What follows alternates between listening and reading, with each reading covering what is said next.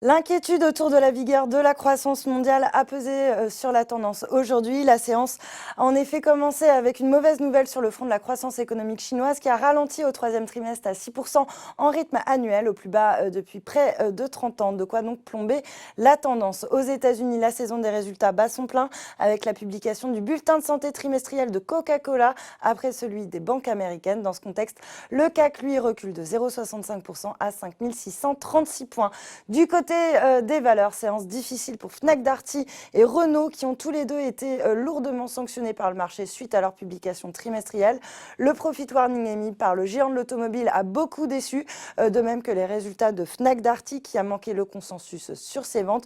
Une publication donc globalement décevante, mais le groupe confirme viser une croissance supérieure à ses marchés et une marge opérationnelle courante de 4,5 à 5%. Quant à Renault, eh bien, le groupe a annoncé que le chiffre d'affaires devrait s'inscrire en baisse de 3 à 4% alors qu'il tablait jusqu'à présent sur une stabilité des ventes. La marge opérationnelle du groupe devrait quant à elle être de l'ordre de 5% contre un objectif précédent de l'ordre de 6%. Autre publication mal accueillie, celle de Danone qui annonçait un chiffre d'affaires de 6,4 milliards d'euros au titre du troisième trimestre, soit une hausse de 3,7% en données publiées et de 3% en données comparables. Dans le rouge également, Thales a abaissé son objectif de croissance organique en 2019 en raison de ventes plus faibles que prévues dans ses divisions aérospatiales et défense et sécurité. Le groupe de technologie anticipe à présent une croissance organique de son chiffre d'affaires de l'ordre de 1% sur l'année contre 3% prévu auparavant. A l'inverse, parmi les rares publications saluées, celle d'Edenred qui a annoncé donc une croissance en hausse de 20,7% en données publiées et de 13,8% en données comparables. Le groupe a confirmé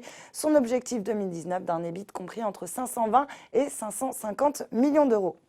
Voilà, c'est tout pour ce soir, mais n'oubliez pas toute l'actu éco et finance est sur Boursorama.